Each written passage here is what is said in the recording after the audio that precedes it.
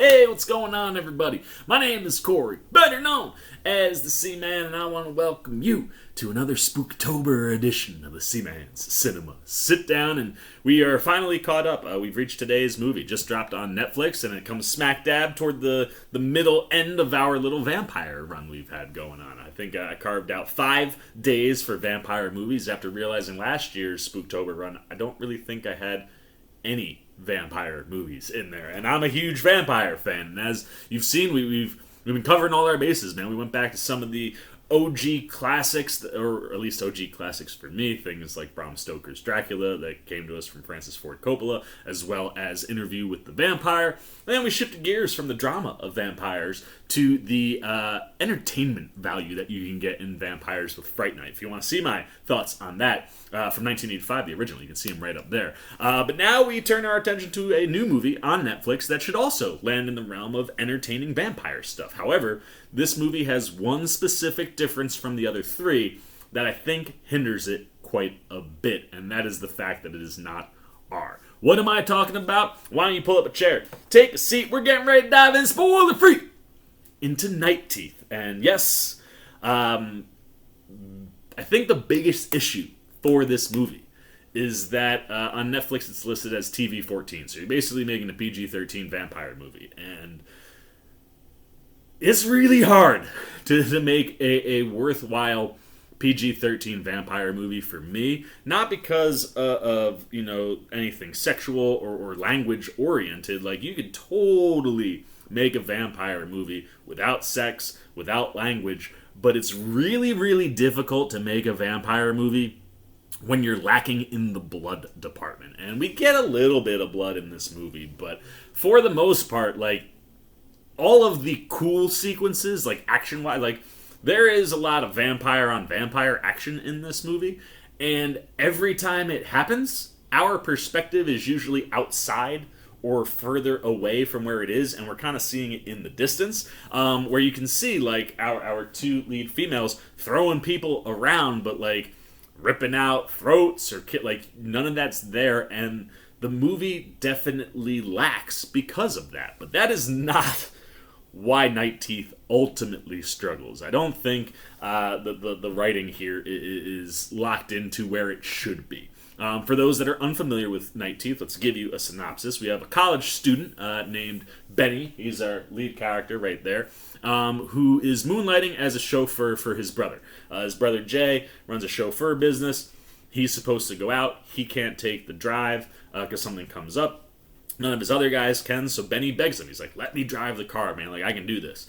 And Jay eventually yields, gives him the keys, and he picks up 2 mysterious women for a night of party hopping across L.A. But when he discovers, via a text message on one of the phones that's left in the car while they're party hopping, that these 2 women might be vampires and might be coming after his brother, well, the whole world for Benny kind of starts to change. And like I said, the story is really what hurts this movie, because I think you get fairly good performances across the board, but the focus on this one isn't where it belongs. While that is the plot line of our story, and we follow Benny pretty much the whole way, this is a movie that has something going on that's way bigger and way more interesting, and it's an area that I would have liked to have explored more, and it almost felt like because it wasn't an R-rated movie, you couldn't like fully lean into some of the stuff that was going on in the bigger story. And that comes in and around the character Victor, who's played by good old Theon Greyjoy, Alfie Allen, and he is part of this vampire world in East LA. And I believe where they actually are is Boyle Heights. And there's a truce between vampires and humans. Basically, in order to live coexistently, like, Boyle Heights is off limits. Vampires can't come in without, like, being invited or, like, giving a heads up. And they kind of created the peace in and around this area. And Alfie Allen's had enough of this nonsense, and he's making a major play. It's almost like a mafia kind of vampire story thing going on, where he's making a major play on all of the head vampire families because he's had enough of this truce nonsense. He just wants to roam free and just let the streets of LA run with blood. And that's a fascinating concept, and one that I really wish we would have spent more time diving into. Like, while I enjoy riding around with Benny, I think Jorge Ledenberg Jr. does a phenomenal job. He is easily the best thing in the movie, and there are elements to his story with the two girls, specifically the kind of interactions that he has with Blair, played by Debbie Ryan, that work. Like, a lot of the chemistry between the two of them work in the movie, and elements of their story I was interested in, but it gets kind of repetitive. Like, they keep doing the same things. The same conversations keep happening. And if it's not with Benny and Blair, or Benny and Zoe, played by Lucy Fry, or Benny and or Victor and anybody, like, that, conversations happen over and over and over again about what Victor is trying to do with these girls in the course of the night. And it just felt like a lot of the focus and time devoted to this stuff that we had already touched on, that we kept going back to, could have been devoted to fleshing out the world a little bit more. And that's where this movie really struggles. Like I said, that setup, the idea of like a mafia-styled hit going on as one vampire tries to seize control of an entire city.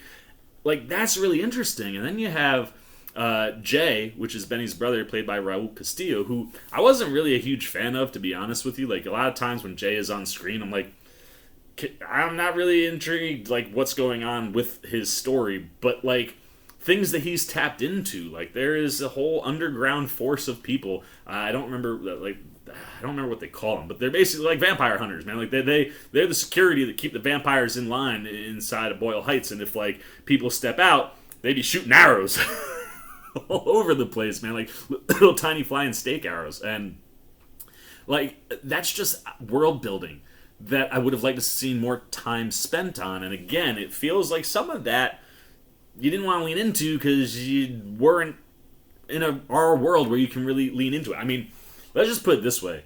Megan Fox is in this movie, and after seeing what she did in Jennifer's Body, when I heard that she was in this, I was like, ooh, Megan Fox in a vampire movie, and she is a vampire. Like, I got super excited. She is barely in this movie, along with Sydney Sweeney. They kind of live together. They're two of the people that are kind of at the top, running some of the stuff in town. And they're trying to, like, tell Alfie Allen, like, hey, chill out, bro. And then something goes down. And it's something that goes down that I would like to have seen, that we don't get to see. And I think, again, some of that has to do with the rating. And the lack of wanting to just dive more into the vampire world and just stick to here. And for me, that's really what kind of deflates this movie, because all the interesting things that are going on, they're happening off screen. And as much as I enjoy Ledenberg Jr. and Ryan on screen together, and I enjoy some of the things that they do as a trio when you include Lucy Fry in as well, there's some interesting stuff there, but there's definitely way more interesting things going on off camera that I wish we could have dove more into. And in all honesty, like, from a performance side, Ledenberg Jr. is really the only one that stands out. I think he does a phenomenal job. I think he's a good lead. Just, I wanted more story built around him that could have set up the finale to be way better than what it was. Like, it's not a poorly executed finale, but, like, it could have hit a lot harder if you just did the rest of the work that the movie needed. And you could have cut down on some of the time that we spend with these three. But after Ledenberg Jr., like, everybody I feel like is just all right. Like, I enjoy Debbie Ryan. I think she's got great chemistry with Ledenberg Jr., but she, I don't think shines as much as she could shine in this movie. And some of that, I think, is the character and what they ask her to do and just kind of, like, where she fits. But, like, she's solid. Lucy Fry is solid. But again, like, the story that connects Alfie Allen to them, there's stuff in there that I would have wanted to see, and I would have liked to have seen some more of the evil come out of Zoe. Like, Lucy Fry has a real good evil streak in her in this movie, but, like, you don't get to ever see her go full boat. And again, I think some of that is the rating that kind of hinders you from letting her, like, fully unleash. And after that, I mean, Alfie Allen, he's in the movie. He does a fine job, but barely in the movie. You know what I mean? Like, this is an area I wanted more of. Raul Castillo, I wasn't necessarily a fan of, but that doesn't mean that he couldn't have been better if you just would have given him better stuff. And considering that the movie starts with him, it's odd that we spend as little time as we do with him. And then anybody else that pops in, I mean, like I said, Sydney Sweeney pops in here with Fox for a little bit. They're all fine, but I just wish they would have had more. Like, ultimately, I think we spend too much time here and not enough time everywhere else. Now, that being said, I do have to give credit where credit is due. And the one thing that really works in this movie is what Adam Randall does behind the camera. This is a very stylized movie. And while the opening sequence was so cool, man. Like, there is some really interesting takes to the style and some of the visual effect things that they're doing that, like, kind of set this bar where I was like, okay, well, this is where we're going stylistically. And you never get back to that the whole movie. Like, it kind of tees it up to be like, oh, I'm going to see some really cool visual things. And like I said, it's stylized and the visuals are fine, but they never quite get back to that level that you get in that opening sequence. And, overall, I like most of what he does. Like, the movie, like I said, has Ledenberg Jr. who carries it and keeps you engaged. And the camera movements and the way that Randall sets things up, moves things around, and he really loves to do the spinning camera. Every time he does it, it works. One or two times, maybe too many, but overall, I did dig the style of the movie, and it made it very watchable. It's aesthetically pleasing, and it was more or less an easy watch. It just wasn't what I was hoping for. Like, there is something great inside of Night Teeth, and we only scratched the surface of that, which is kind of disappointing. So, for the Seaman, Night Teeth was a little bit of a disappointment.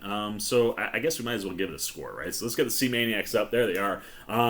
Look, Ledenberg Jr. knocks this thing out of the ballpark. I think he's the best thing about the film, and he really is rock solid, even though I would have liked to have seen his character do a little bit more, and if they could have just made that mafia-style vampire world struggle for power more front and center.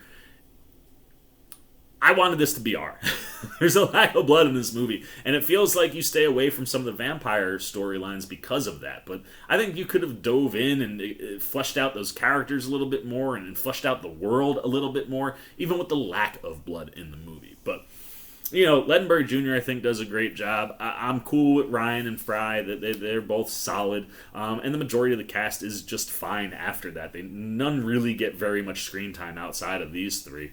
And that, leaves it a little disjointed toward the end. But at least Adam Randall, the director, is bringing a sense of style. This is certainly, like, something that feels that, like, this is this guy's approach. Like, I expect the next time I see an Adam Randall's movie, I'll probably see that spinning camera a bunch of times. But I like it stylistically. It's aesthetically pleasing. And while the story does fall pretty short and, there's no gore or crazy deaths to kind of add to the entertainment that's going on, this one just falls flat, and unfortunately Ledenberg Jr. and even Ryan and Fry as a trio are not enough to lift the movie out of the depths that it struggles from. So, there you go, man. Those are all the Seaman's thoughts, and my final score, since I should probably give it, is I'm going 2 out of 5 Seamaniacs. I didn't have high hopes for this one, but I did expect to enjoy it or at least be entertained. And when you can see that movie existing, but not being done the way you needed to do it, it just kind of lets it fall flat and leaves it kind of disappointed. So 2 out of 5 for the Seamaniac. I think if you're a vampire fan, you can throw it on, but like I said, it lacks, and it doesn't feel like there's enough vampire stuff in the movie. Like, there's a lot of talking about vampires and things that vampires are doing, and not enough vampire action. It's usually in the background, and the coolest vampire thing in the entire movie is when vampires burst into flames after coming in contact with the sun. Like, that was a really cool visual. And if that's the best thing that you're getting from the vampire side of the story, that, I think, tells you all that you need to know. So 2 out of 5 for me. Now I want to know what you're thinking. Have you checked out Night Teeth? It's on Netflix right now, dropped today.